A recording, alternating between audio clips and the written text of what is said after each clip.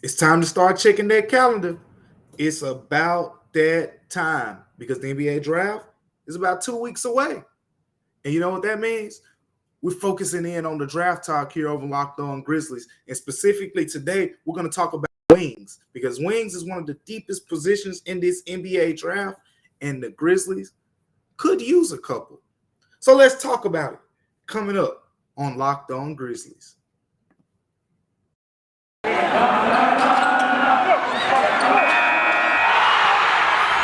are Locked On Grizzlies, your daily Memphis Grizzlies podcast, part of the Locked On Podcast Network, your team every day.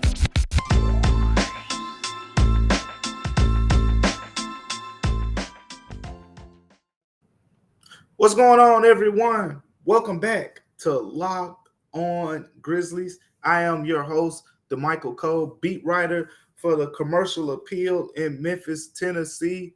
Once again, we appreciate you. Thank you for making Locked On Grizzlies your listen today and every other day throughout the week. But we appreciate you, and make sure you're subscribing, you're leaving reviews, leaving 5-star reviews at that, and leaving some comments as well. We appreciate all of your feedback.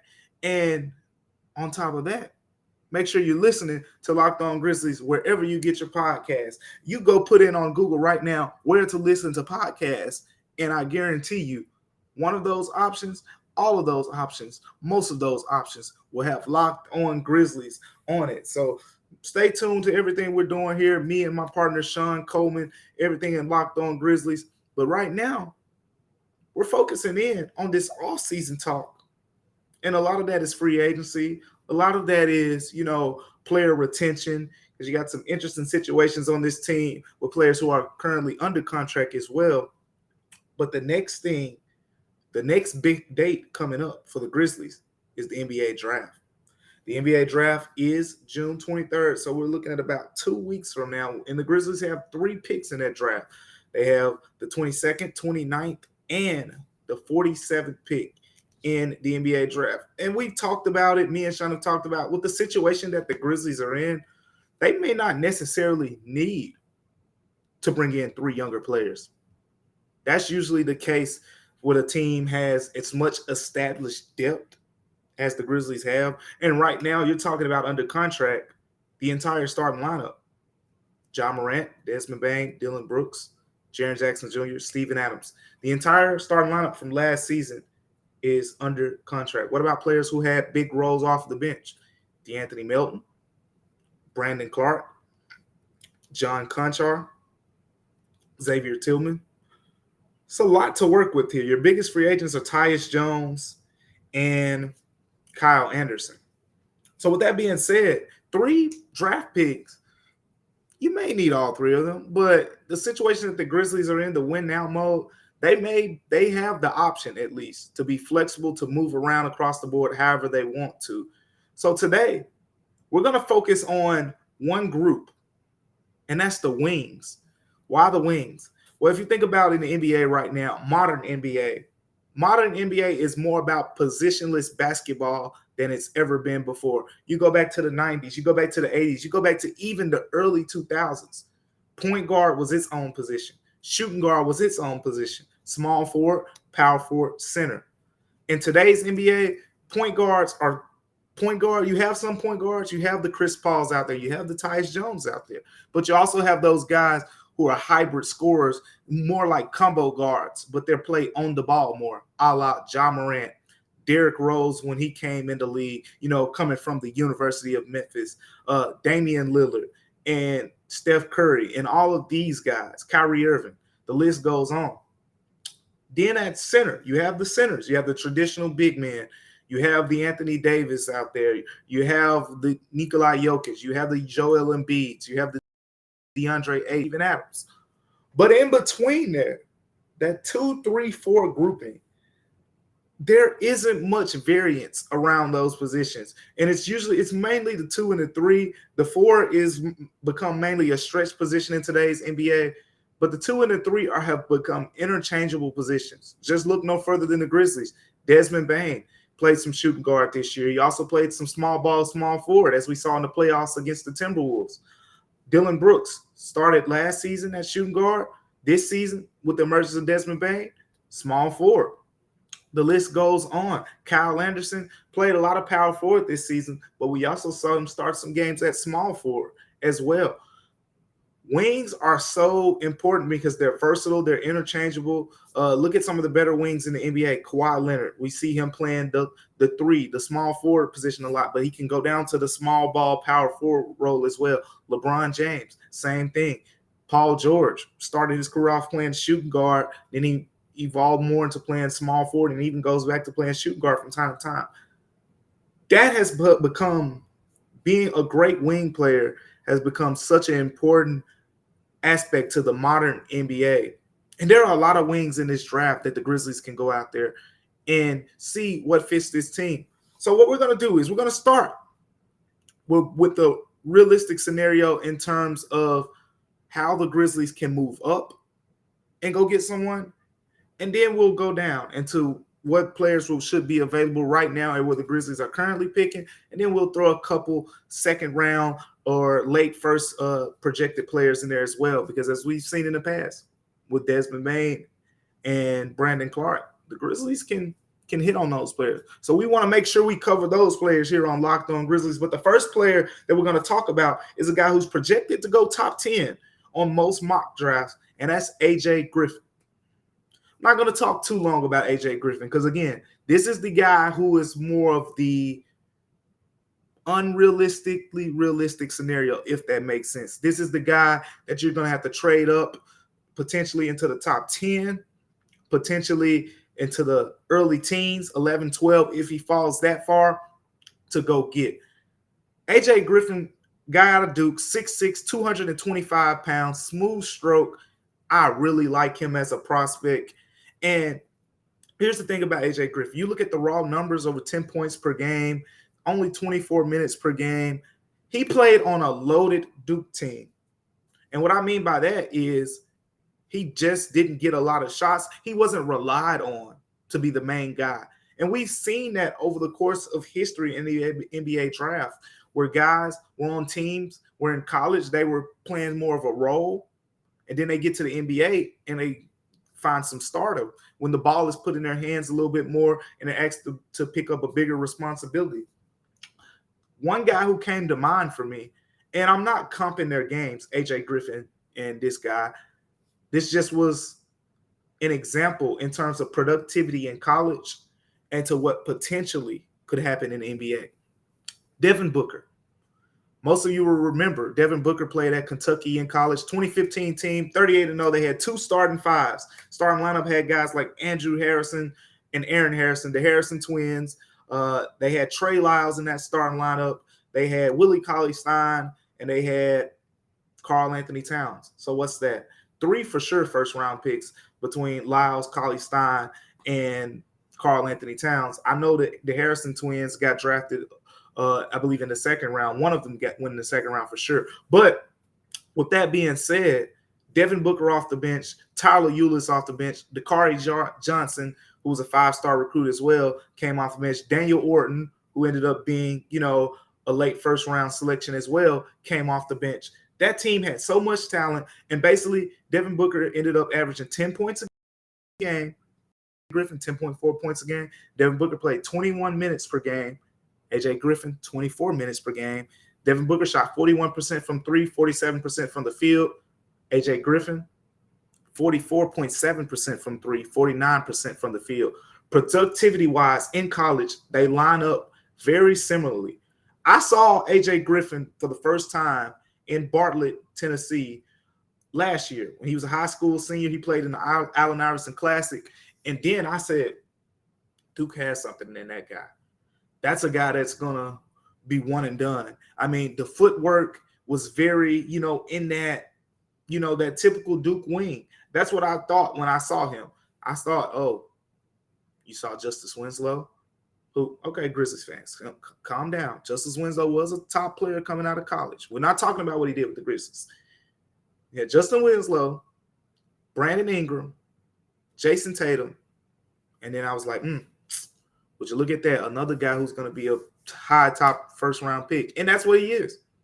AJ Griffin. How would he fit on this Grizzlies team? For one, he's versatile. We just talked about versatility. He can shoot the basketball with the best of them. His freshman year was superb as a three-point shooter. He had a game against North Carolina, 27 points and 8 of 11 from three-point range. So 24 of those points came from three-point range. Smooth stroke, great defensive, skills. More than anything, a good attribute that he has, he's a coach's kid too. Not only is a coach's kid, his dad played in the NBA. His dad is a former NBA player as well. So the intangible things in terms of the smarts, AJ Griffin has it. I think he's a sneaky pick on that possibly early teens or late 8, 9, 10 range who can really burst onto a scene if he's put in a situation that allows him to play a bigger role than he played at Duke. Like I said, I think of Devin Booker. But if the Grizzlies are moving up in the draft, I think that's your potential move up option. A lot of you are saying, why? You have Desmond Bane, you have Zaire Williams. I agree.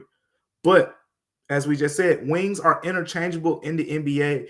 And to add a guy with a different body type than a Zaire Williams, who's probably going to be, your 3-man, your small forward over a long period of time. Zaire Williams is a 6'8" guy, long arms, whereas this guy, AJ Griffin, 6'6", a little shorter, still has a 7-foot wingspan, so long arms, but he's bulkier already. He's going to come in and he can really shoot the ball with the best of them coming out of college. So with that being said, AJ Griffin is a guy, I think if the Grizzlies are going to move up, and if you're talking about a pretty hefty package probably for the Grizzlies to move up to around that 10, 11, 12 range, you're talking about possibly packaging those first-round picks and a future first-round pick possibly, and the Grizzlies have that flexibility going forward in the future, or maybe even attaching a player or a contract to it as well.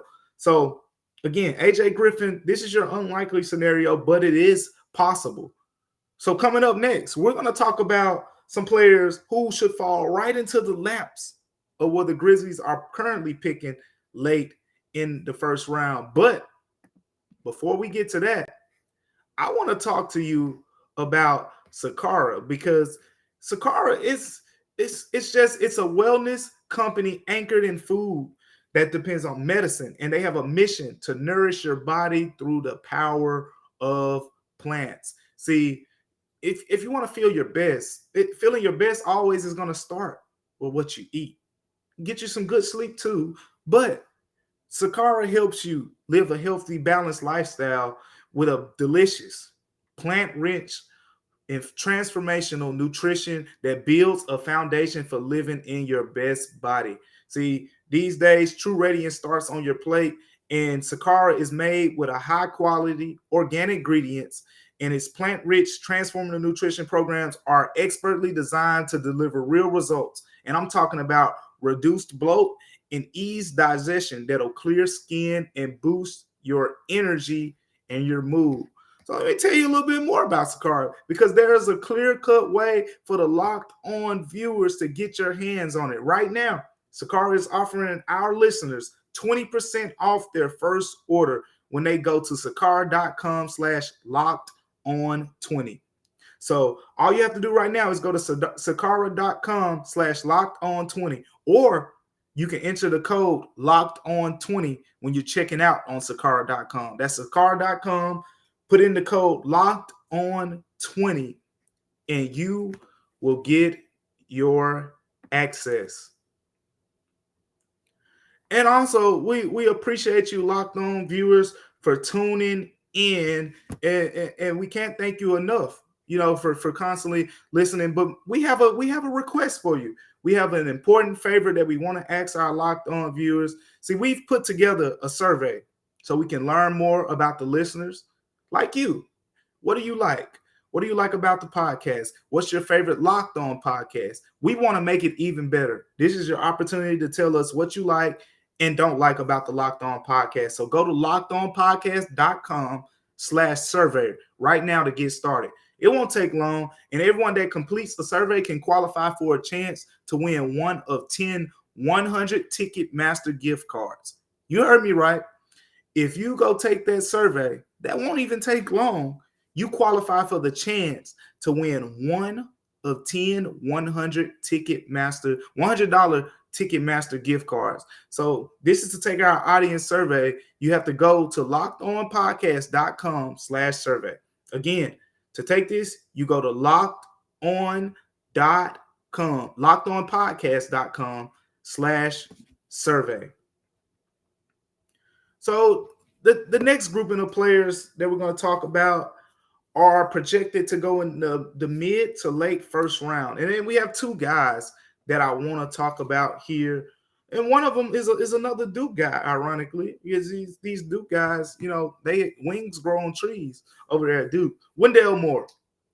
Wendell Moore won the Best Small Forward award in college this past season, the Julius Erving Award. And Wendell Moore is one of those guys who he shoots the three-pointer well, and he plays defense. 6'5" guy, about 215, 220 pounds. I like him more as a shooting guard, but the Grizzlies, of course, like I said, wings.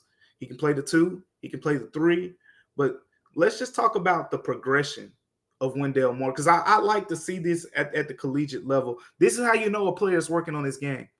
Freshman year, 7.4 points per game, shot 21% from three-point range. Came back as a sophomore, 9.7 points per game, shot 30% on three-point attempts per game. So he started shooting it more, and he's shooting at 30%. And he's only averaging 9.7 points at this point. Junior year, this past season, Wendell Moore, first year as a full-time starter, started all 39 of Duke's game, shot 50% from the field after shooting 41.6 and 41.7% the past 2 seasons. Three-point shooting jumped all the way up, 41.3% from three-point range after shooting 30 and 21% in his first 2 years. More importantly, 13 points a game, and he also averaged 4.4 assists. There's playmaking potential there with Wendell Moore, and that's where I think he could provide the boost for the Grizzlies. He'll be there around that pick number 22 range, and he is a player that I like, that my pal Sean Coleman, my Locked On Grizzlies partner, he likes him as well. He can shoot the ball, but I like the playmaking and the defense. 4.4 assists per game. We talked about how Desmond Bane, if you've been listening to the Locked On Grizzlies podcast, you've heard us say how Desmond Bane developed as a secondary playmaker, and his continued development as a secondary playmaker is really going to help the Grizzlies. Desmond Bane's most career assists per game average in college was 3.9. 3.9 assists per game he averaged his senior season at TCU. We're talking about Wendell Moore playing off the ball, and he averaged 4.4 assists last season.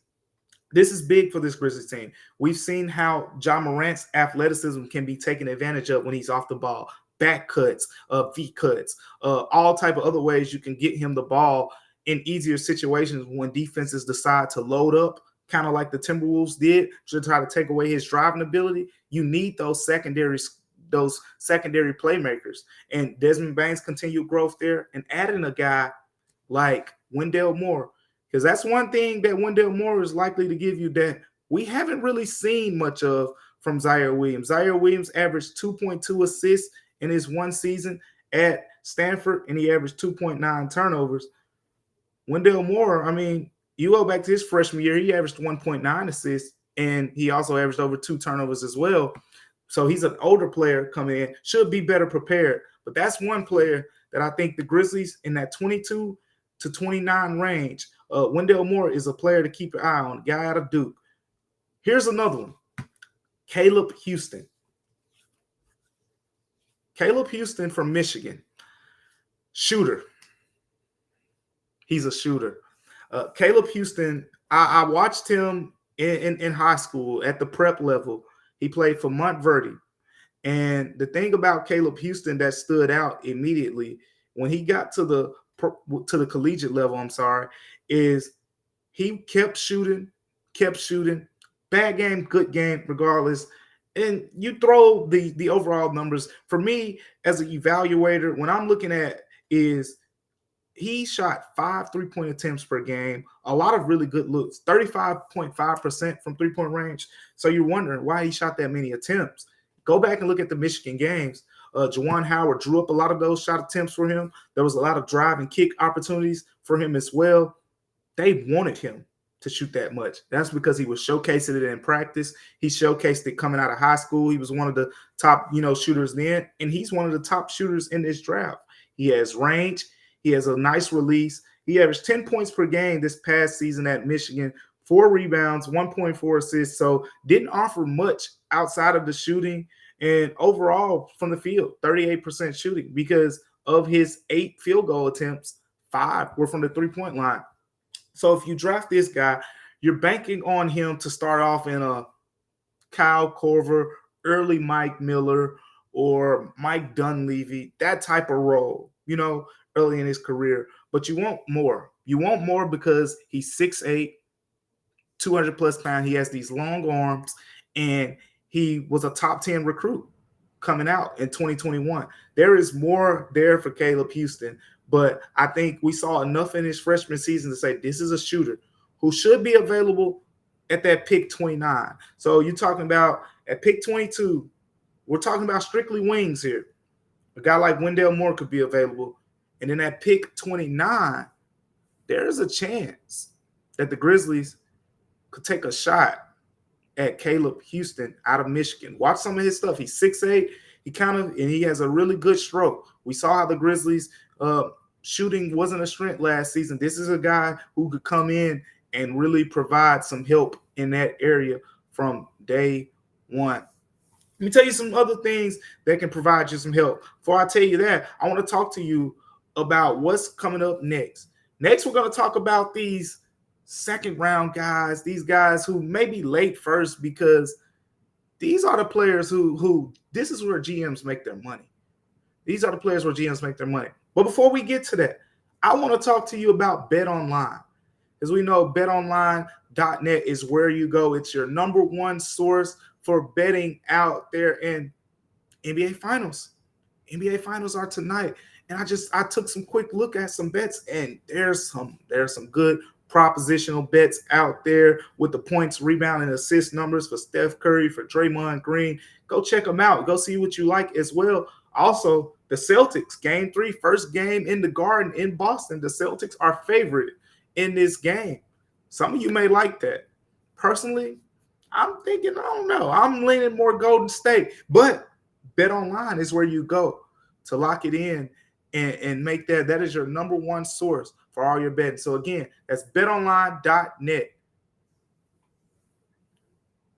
So, with the NBA draft, we talk about it every year, It's not hard to hit on the top 5 pick.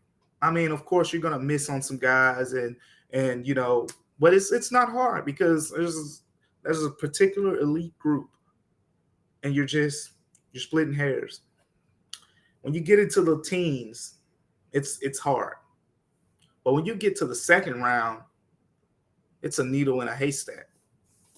There's a couple wings out there who I took personal interest in watching, a lot of. These are 2 guys that I actually seen a lot of, not just this past season, but over the past couple years, who the Grizzlies should keep their eye on. We talk about the Grizzlies picking at 47 in this draft. So one of these guys, at least one of them, may be available in this role. But the first guy is a national champ. Let's go over to Kansas. He's not only a national champ, he was the Big 12 Player of the Year. He's a consensus All-American. And he was the NCAA tournament's most outstanding player. That's Ochai Agbaji. So the small forward, Ochai Agbaji, out of Kansas, 6'5". So I'd look at him more maybe in a shooting guard, small forward, hybrid role, wings. As we talked about focusing on wings in this episode. Here's another guy. I talked about Wendell Moore earlier as one of those guys who put in the work. This is a guy who really put in the work to become what he's become. Freshman year at Kansas, started 16 of the 22 games. So he came out as a starter, 8.5 points per game and 30% three-point shooting. Came back the next season, 10 points per game, 33.8% shooting. Came back as a junior, 14 points per game, averaged over 3.7 rebounds, but also, again, 37.7% shooting from three-point range. Already a solidified shooter at this point. He came back as a senior, took his game to a completely new level, 18.8 points per game. He was the number one option on that Kansas team. We saw it all season long. And more than anything, 6.5 three-point attempts, 40% three-point shooting. Kansas doesn't win the national championship without this guy. He's a scorer. He's a shooter. One problem that I had, and this is why, he's projected to go where he is, he struggled with length at times. If you go back to that national championship game, he had a couple struggles when Leaky Black at North Carolina, big, long, 6'8" defender, one of the top defenders in the ACC, really used his length against him in that series, against Agbaji in that series. And what happened was you saw him struggle to get his shot off. You saw him struggle to get to shots that he usually would make. But before that, he had stretches in that NCAA tournament where he completely took over. Defensively, I'm not too sure about him at this point. But again, we're talking about second-round guys. So this is a guy who has shown each year in his collegiate career, he got better and better and better. Playmaking wasn't much there, but he's a certified shooter. He can shoot the basketball really well. He shoots with confidence. Free throw shooting isn't a strength of his for some reason. We saw in the national championship game as well, he struggled with that. But college career over those 4 seasons, 71% from the free throw line. That's something Grizzlies fans, you saw this past season, there weren't that many there just weren't a lot of great free throw shooters on this Grizzlies team this past season. So that's probably a red flag there. But this is a guy I like as someone who's going to come in. He's a proven tough shot maker, what you need in the NBA. He's had success in a really good conference in the Big 12, Player of the Year, and he improved year to year to year. Those are important attributes, I think. But there's one more player who most of you may not have heard. See, those first couple names I'm throwing out, guys that play at Duke, Michigan, and Kansas, these traditional powerhouse programs. This last guy that I'm going to mention played at St. Joe's in the Big Five up there in Philly. And his name is Jordan Hall. So you may be wondering, where did Jordan Hall come onto my radar? Well, before I became at the Commercial Appeal, I worked at the Philadelphia Inquirer in Philadelphia, and I covered a lot of Atlantic 10 basketball. I was privileged enough to see St. Joe's. I saw a lot of LaSalle. I saw a lot of Rhode Island, St. Bonaventure, etc. A lot of A10 basketball. Jordan Hall was one of the best players in the A10 during that time. We talk about Kyle Anderson, right? When I watch this guy, Jordan Hall, play, offensively, he reminds me a lot of Kyle Anderson when Kyle Anderson was coming out of UCLA. Big playmaker for one. Jordan Hall, 6'8" guy, 210 pounds just about. Let me take you back to Kyle Anderson at UCLA. We're talking 2013. He played 2 years at UCLA. Kyle Anderson averaged 14.6 points, 8.8 rebounds, 6.5 assists. 14.6 points, 8.8 rebounds, 6.5 assists. Just a walking triple-double threat. Jordan Hall, this past season, his second year at St. Joe's, 14 points, 6.7 rebounds, 5.8 assists. I seen this guy play up close, and his scoring numbers, he only shot 39% from the field. That is a little concerning as well. He also shot around 36% from three as a sophomore, 35%. But his playmaking ability is automatic. You talk about secondary facilitators. I think that secondary facilitator from the wing position is one of those things that the Grizzlies need. Because right now, we've mentioned the Grizzlies' entire starting lineup is projected to be back. the thing about the Grizzlies right now is you want to improve on the margins. You want to improve in those little ticky-tack details will take you from a top contender to an elite contender in a championship team. Secondary playmaking is something we saw that eventually showed up as a weakness in the playoffs, because when the Timberwolves decided to load up on Ja Morant, there were only two players, Desmond Bane and Brandon Clark, who consistently stepped up. And also the other teammates weren't able to free Ja Morant and give him opportunities off the ball because there wasn't a lot of other playmakers out there on the floor. Jordan Hall is one of those guys who, if you put him on the floor with Ja Morant, he can play off the ball as he did most of his freshman year, with St. Joe's before some injuries happened and he was forced to play on the ball more. And then two, his sophomore year, we saw him play on the ball more. But go check out his highlight. Not an elite athlete by any means. Again, I compare him to Kyle Anderson. He has some of those slow-mo attributes. But go across the stat sheet. 14 points a game, 5.8 assists, 2.5 turnovers, 6.7 rebounds, 73% from the free throw line, 36% three-point shooter.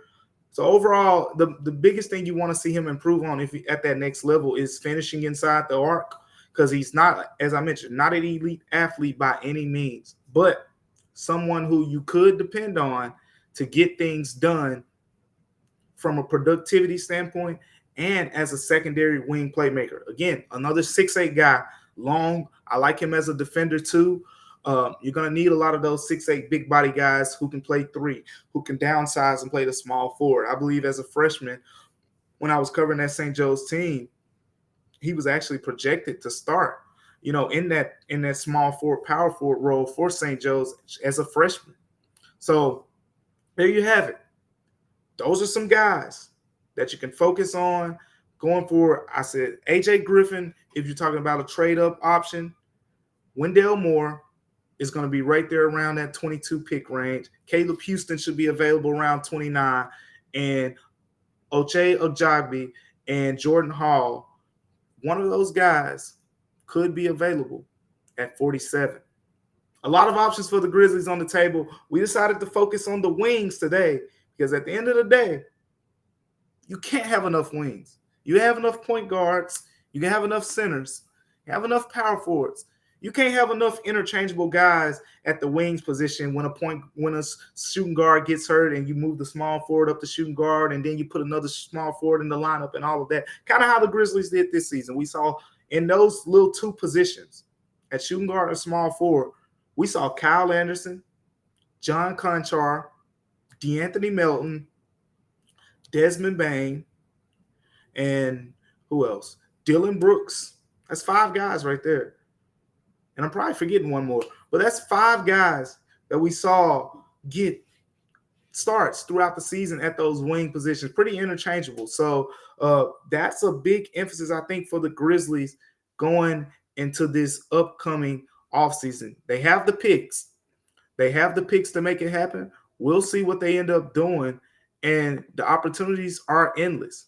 The Grizzlies have a intriguing situation. 3 draft picks, and they don't really need all these guys, but the situation that the Grizzlies are in is they're in win now mode. They have a really good chance to take advantage of all these things, and we'll see, how that plays out. But before you go, make sure you go check out the Locked On Big Board podcast, because everything that you hear me talking about, you're going to hear them talking about to even another level on the Locked On Big Board podcast. We're talking about mock drafts.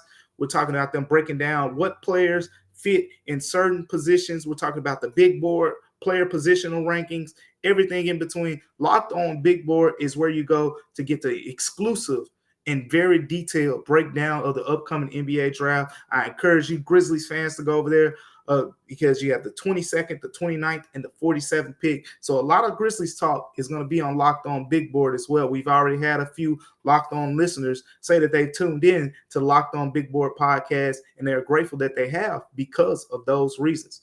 But we appreciate you again for making Locked On Grizzlies your listen. Make sure you come back again and join us tomorrow. Signing out, Damichael Cole.